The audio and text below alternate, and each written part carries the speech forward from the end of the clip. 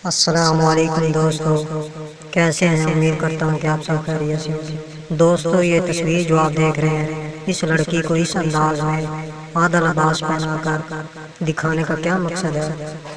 और ये लड़की किस अंदाज में सेक्सी लिबास पहनकर खड़ी हुई है? आगे ये तस्वीर किस तरफ इशारा करती है?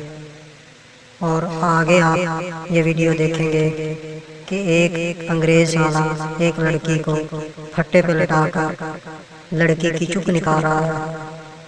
आखिर ये सब सेक्सी माहौल वाली वीडियो अपलोड की जा रही है, इन सब का क्या मकसद है?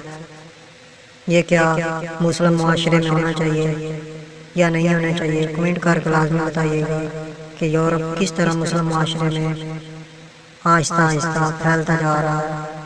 वस्सलाम।